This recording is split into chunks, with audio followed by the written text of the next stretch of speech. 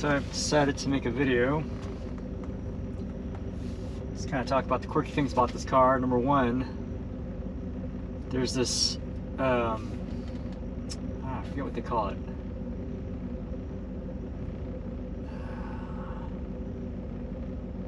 It's like a fault indicator right here.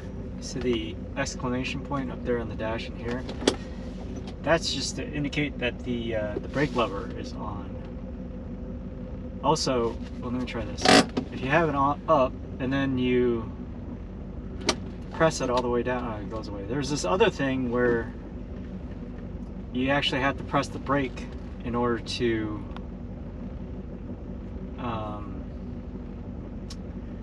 turn that indicator off, and it was like something to the effect of letting you know that the brakes work.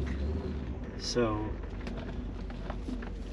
I don't know why that's not happening now, or whether that was just a figment of my imagination. Oh, there it is. No, that's not it. So that's my ABS indicator. I think I have some debris on my ABS sensor that I need to clean off. So it just gives you a warning like that, and you can turn it off. The window switches are in here. This is my first 928 that I've owned.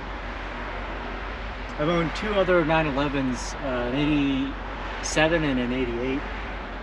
That was a long time ago, and I didn't really work on those cars that much, but it's been about a year since I've had this car, a little over a year, and I've worked on this thing quite a bit, fixing all these little things about the car, which I find really enjoyable until it's something that I can't figure out. Then I find it extremely frustrating.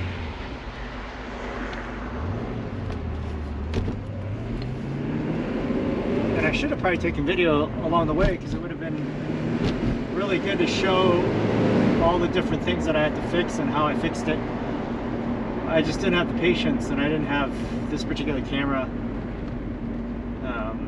It's mainly the patience. I didn't have the patience to videotape some of the stuff, because you're working through the problem, and the last thing you want to do is have to record stuff and move the camera and whatnot. This is the manual. It's a 1985 928S Euro or rest of the world ROW spec vehicle, which is unique in the fact that it has twin distributor caps, and the horsepower is a lot higher than the equivalent US model, which I think there's about 80 horsepower difference in the two vehicles. This is at like 315, 318 or something like that. I can't remember the stats off the top of my head. But anyways, it was kind of difficult to get it registered in California, passing smog and whatnot, but I finally did. Anyways, going on with some of the quirkiness, the ignition is on the right side versus the left, which is traditionally Porsche. The 911s had it on the left. I actually like that feature, not because of because of the racing heritage or anything like that. I like the fact that you could reach in and turn on the engine from the outside. I like that fact. Now you have to reach all the way over. The other interesting thing about this manual shift pattern, it's a dog leg shift pattern, meaning first is down and to the left, the second is up to the right.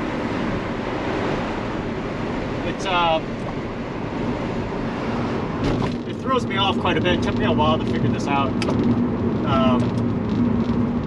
and still to this day I'm not super comfortable with it.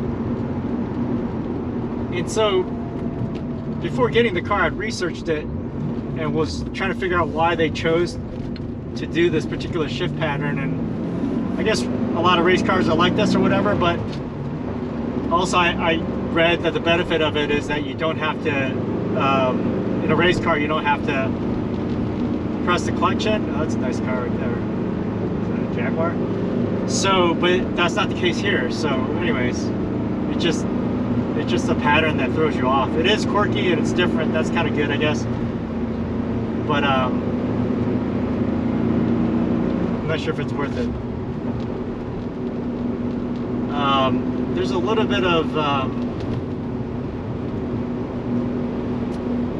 don't know what I would call it, just noise, because the leather touches and it rubs and it makes these little noises, which I find annoying. So I've loosened this area up just to remove that. Depending on the temperature of the car, it will go away. Anyway, some other things. It handles really well compared to my 911. It handles, I think, way better. It's way more powerful, and I think that's one of the things that people don't realize about this car, is that it is quite an enjoyable car to drive, and to, or rather, it has a lot of power compared to the equivalent 911.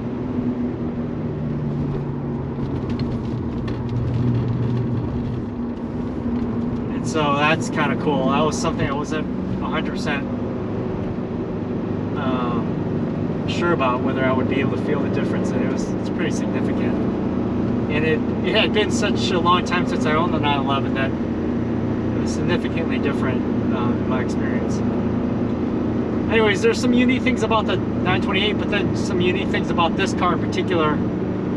I'm hoping some of this stuff will show up on the video. Like, these speakers are obviously not standard or stock. It's something that the previous owner had put in, and I don't know why, but I think it's to get better sound in the car, and so they created this thing along with putting in larger speakers, and it does sound good once I figured it all out. It's an old school Boston acoustic with like a frequency splitter. So I went and tied the doors and figured all that out and made it work. In addition, I installed this this retro law punk radio that's modernized in the sense that you can Bluetooth into it and whatnot, but still maintains its kind of retro look. So that's really good. I think that's the way to go with this car. You find a lot of aftermarket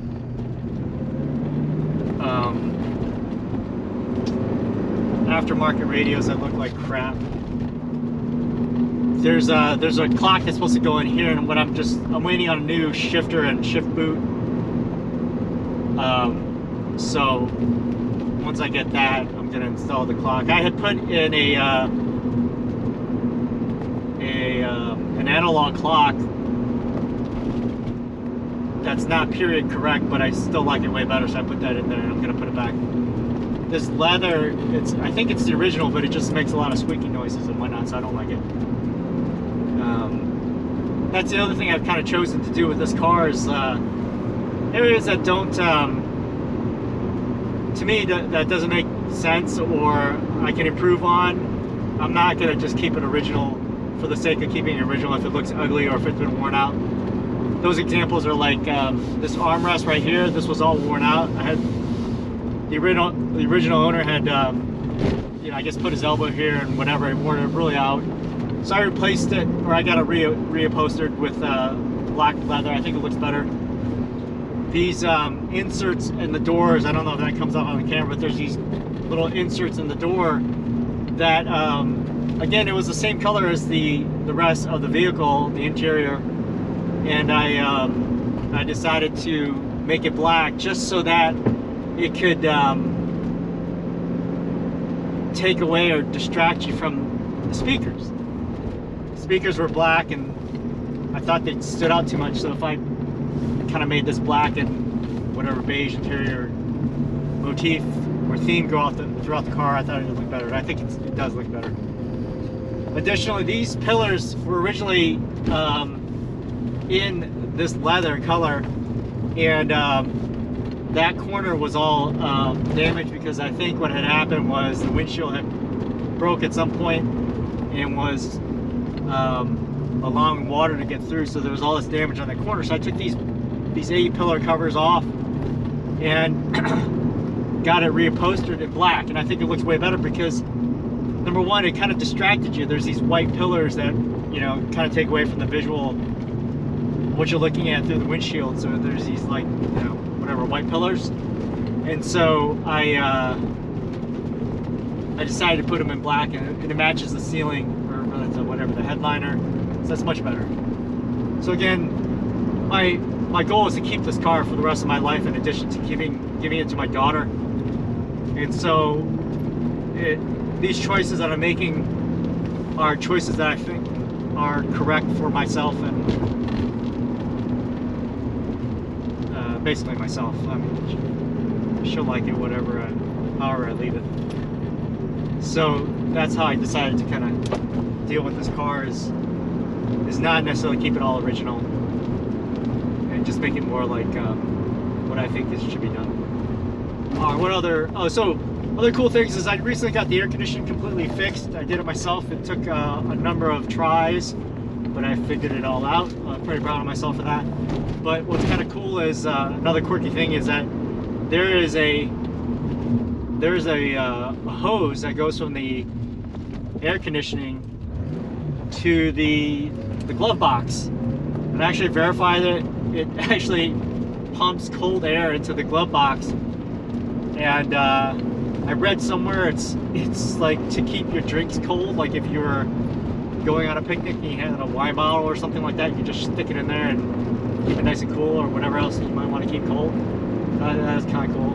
This is a temperature, interior temperature sensor. There's a little tube back there along with a fan that draws air in, and there's a little thermocouple or something that's right across there that changes the resistance value based on the temperature. Again, all these things, my goal is to try to make everything work as it was originally intended. So that I verified that the fan was working, and the thermocouple, or whatever you would call it, there's a resistant value depending on the temperature. I have an electrical engineering background, so this kind of like fits into what my education and my training has been. So I find it enjoyable to figure that stuff out, fix it, try to find the original cause, the root cause of the problem, fix that, and then verify it works. There's a number of things that was not working in the car, from the hood release, or the trunk release on both sides, the lights, there's these little lights at the end of the doors, that kind of stuff. The review mirrors. So it's like every little thing I would work on and try to get to the level of finding out exactly what caused the problem, fixing that, and then making it work. You can hear this area rubbing. I kind of find that annoying. I might have to put something there in between, maybe. What else? And the other thing I always notice on other vehicles or videos, this vent is never on correctly. That's how it's supposed to look. It's supposed to be tucked inside there. There's two vents, one for leather and one for the vinyl, not vinyl, the plastic that is the other option. And they're different sizes, and you need to get the one that's made smaller for the leather. So this originally came with, not originally, but the previous owner had the wrong one in there. In addition, there's these little post plastic pieces that always break off. And that's another little thing that kind of had to figure out. This car does not have a sunroof, which is good, I guess. I would have preferred one just because it's another thing that it has, but a lot of owners don't want one, because I guess when you track the car, you can wear a helmet and you can sit without rubbing your head on the roof. The other thing is that a sunroof is just another thing to go wrong or leak or whatever like that. So I guess in that way it's kind of good. But I kind of like, I don't know, I kind of like features as it goes. Although there are some things I'm planning on kind of removing. I'm removing the rub strips, or I'm planning on removing the rub strips. I've already pulled it off, and I made the mistake of damaging it as I pulled it off. Not the car, but the actual rub strips. So in hindsight, I should have just tried to clean it up and put it back on, but I kind of wanted to smooth it all out and now it's going to require, if I do go back to removing it, it's going to require filling those holes and then repainting it. So I don't know what I'm going to do about that. I might just buy rub strips, paint them, and then put them on. I do want to get rid of the side markers, which is a fertilization process. They look really ugly and they seem crooked to me. So I want to remove those and fill it in. So I figure if I was going to do that, I might as well remove the rub strips. Oh, another cool kind of quirkiness is that the dead foot or the dead pedal is adjustable. There's 3 adjustments that you can put them to. It's not easy to do, but it is adjustable. In addition to where the gas pedal is, you can adjust that. So I'm not sure why anyone would want to adjust it, because you can adjust your seat, but maybe it's in relation to the steering wheel. This whole pod, the dash pod, moves up and down in addition to the steering wheel, so that's kind of cool. You always have the same perspective of the interior of the instrument cluster, regardless of what position you're at. The interior of this car is incredibly, like, I don't know, timeless. It really, like, is nice. Once I have the clock in there and everything's buttoned up, it looks very cool. Like when you compare it to a 924 or a 944 or a 968, whatever those other cars are, man, that interior looks like crap. In addition to some 911s, I mean, the later 911s, they look like, you know, not good. This actually looks very nice. The interior looks extremely, I think, timeless, and it's something that is still, like, what is it, filled? Like, you know, some of the older cars, things are empty, but this is kind of filled up as if it's kind of like a luxury car. All the spaces are filled, and it looks really good. So I really like the interior. What else is there? Oh, another cool thing about the hatch, there's a wiper in the back of the hatch, and it's a rectangular type, square type of window back there. And the wiper, instead of wiping this way, as traditional wipers will wipe, it actually wipes across. So it wipes the most amount of area. It's like one of the coolest things about this car. It actually wipes across, and it wipes as much as as it can, as much as the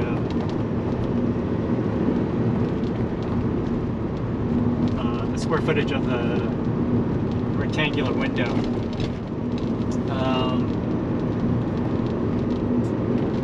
What else is there?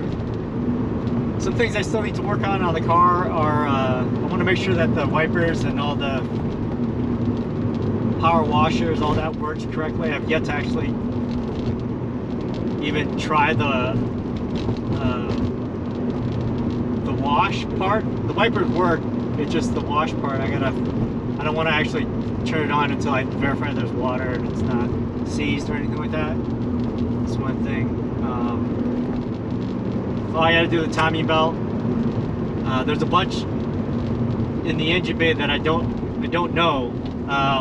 Going through this exercise of getting the air conditioning to work was extremely educational. I feel like I know about, I don't know, 75 to 80% of the air conditioning system, or the HVAC system.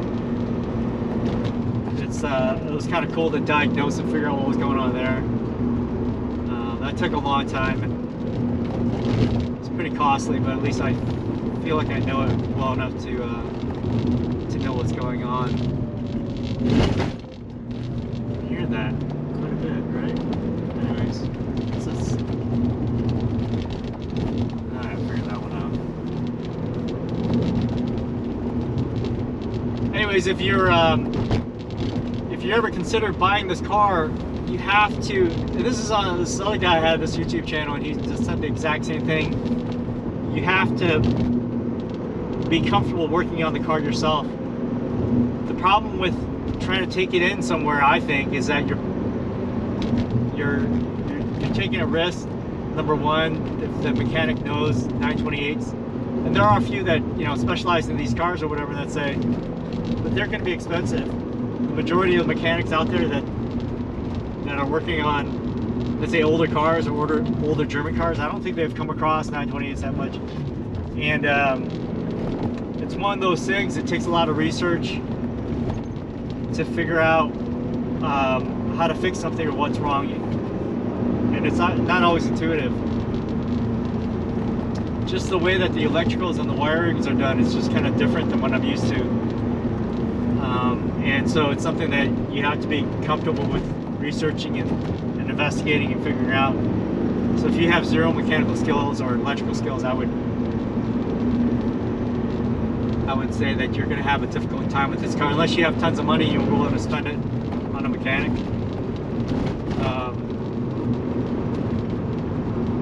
But if you do like working on the car and fixing little things, like the most insignificant things that I guess non-car enthusiasts would think, it's not worth it. But if you enjoy like figuring it out and making it work, and then just knowing that it works, it's like super rewarding. Here's an example. So this is a central locking button right here, and when I press it, it's supposed to lock the doors, which are right here. There's two doors and the hatch, I suppose, and then light up. Well, I'm having a problem with that, and there's a module that I ordered, or like a relay or something. It's not a relay, but it's a central locking unit, and I believe that's the cause of the problem. But you don't actually need that. Like, there's no reason for me to want to lock the doors inside while I'm inside the car, and you can't necessarily even unlock it without the key being on. So it's almost like a pointless thing, but I want it to work, so I'm willing to spend money, diagnose it, and fix it just so that would work, so I know it works. Currently, right now, it works intermittently.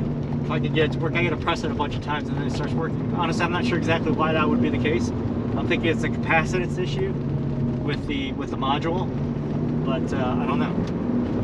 So something like that, it really like bugs me that doesn't work.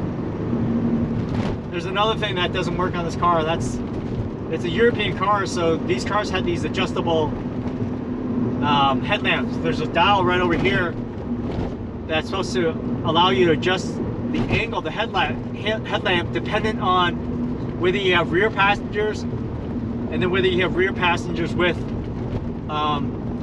stuff in the trunk. So, you know, like the car would sit a little bit more, and that little bit of an angle, they designed a way to adjust the headlights so it wouldn't be shining at oncomers' eyes or whatever. Well, that feature doesn't work in this car, and it's like a hydraulic type system. I guess there's some type of fluid, and it's not working on this car. I don't know when it last worked, but that's something I do want to get to work. But that's down the road. Oh, the other thing that you'll realize when you have this vehicle or have a vehicle that's had a couple owners, this one literally only had one, and then the dealer that I bought it from. But you know, whatever mechanic, or if they worked on it themselves, they're always doing just bizarre fixes or bizarre things that are like, I mean, it's like amateur hour, and you have to be comfortable with like figuring out, number one, what was the problem, and then if someone else touched it, like what was the original, well, how is it supposed to originally work, and then what did the previous mechanic do, and then okay, I got to fix all that and go back to square one and try to make it work and make it either back to original, or figure out a fix for it. So that I'd rather not have to deal with that kind of stuff. Like some mechanic that does something that's so it just it's such crap that it's just frustrating to have to